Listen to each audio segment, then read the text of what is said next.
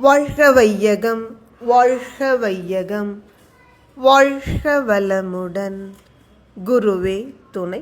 அனைவருக்கும் இனிய காலை வணக்கம்.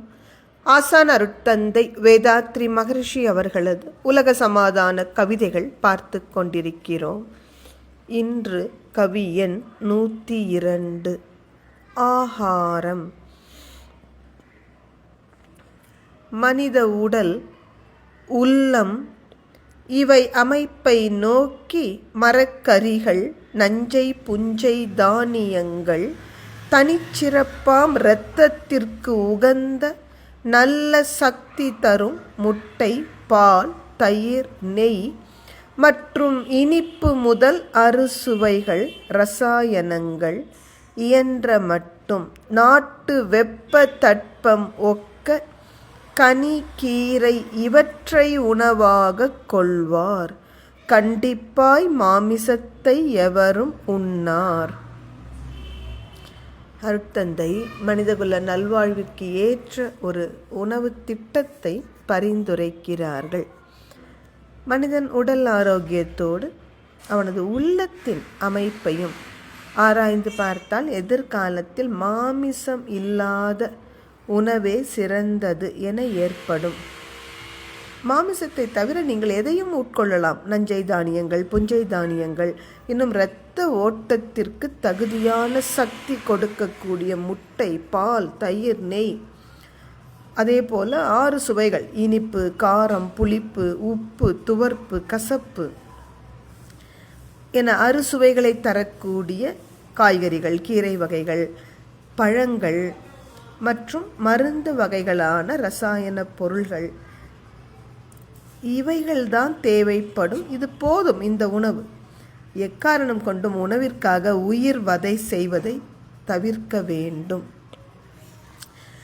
ஒரு சில ஊர்களில் காய்கறிகள் விளையாமல் இருக்கலாம். ஆனால் அவர்களுக்கும் கூட வெகு தொலைவில் இருந்தும் காய்கறிகளை அனுப்பி கொடுப்பதற்குரிய போக்குவரத்து சாதனங்கள் அன்றைக்கு இருக்கும். குழந்தை முதலே சைவ உணவு பழக்கத்தை ஏற்படுத்திவிட்டால் ஒரு கஷ்டமும் இருக்காது. ஆனால் இதுவரை அசைவம் சாப்பிட்டு பழகியவர்களை யாரும் வற்புறுத்தி சைவத்துக்கு மாற்ற நினைக்க வேண்டாம். அவர்கள் காலம் வரை அவர்கள் அந்த வகை உணவுகளையே உண்டு முடியலாம். ஏன் சைவ உணவிற்கு இவ்வளவு முக்கியத்துவம் கொடுக்கப்படுகிறது என்றால் ஒரு காரணம் பாருங்க. எல்லாமே காய்கறிகள், கீரைகள், பழங்கள் இதெல்லாம் வானத்தை நோக்கி வளர்கிறது. அப்போ அதை உண்ணும் பொழுது மனிதனுக்கு உயர்ந்த சிந்தனைகள் இயல்பாக ஏற்படும்.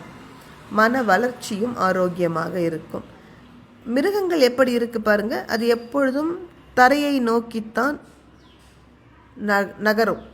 உணவு தேடுவதற்காக எப்பொழுதும் தரையில் தான் பார்த்துக்கிட்டு இருக்கோம். அந்த குனிந்த பார்வை, அதனால் அது நமக்கு சரியே இல்லை. இன்னொன்று, அந்த மிருகத்தை கொள்கிற பொழுது ஒரு அதிர்ச்சி ஏற்படும் அதனுடைய உடல் செல்களில். அது ஒரு பாய்சன் என்றே சொல்கிறார்கள் விஞ்ஞானிகள். அப்படிப்பட்ட நச்சு மிகுந்த அந்த உணவை சாப்பிடுவதால் சாப்பிடுகிறவர்களுக்கும் துன்பங்கள் நிறைய வரும்.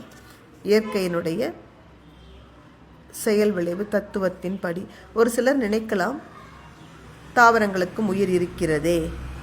ஆனால் மிருகங்களது வலி என்பது ஷார்ட் சர்க்கியூட் ஆஃப் பயோமேக்னட்டிசம். தாவரங்களுக்கும் அந்த ஷார்ட் சர்க்கியூட் ஏற்படும். ஆனால் அதனுடைய ரூட்ஸ், வேர் பூமியில் இருக்கிறதுனால உடனடியாக இது பேலன்ஸ் ஆகிவிடும். எனவே தாவரங்களில் அவ்வளவாக வலி உணர்ச்சி இருக்காது. எந்த வகையில் ஆராய்ந்து பார்த்தாலும் சைவ உணவுதான் சிறந்தது என்பதை எதிர்காலத்தில் அனைவரும் ஏற்றுக்கொண்டு பழக்கத்திற்கு கொண்டு வந்து விடுவார்கள். நன்றி. வாழ்க வளமுடன்.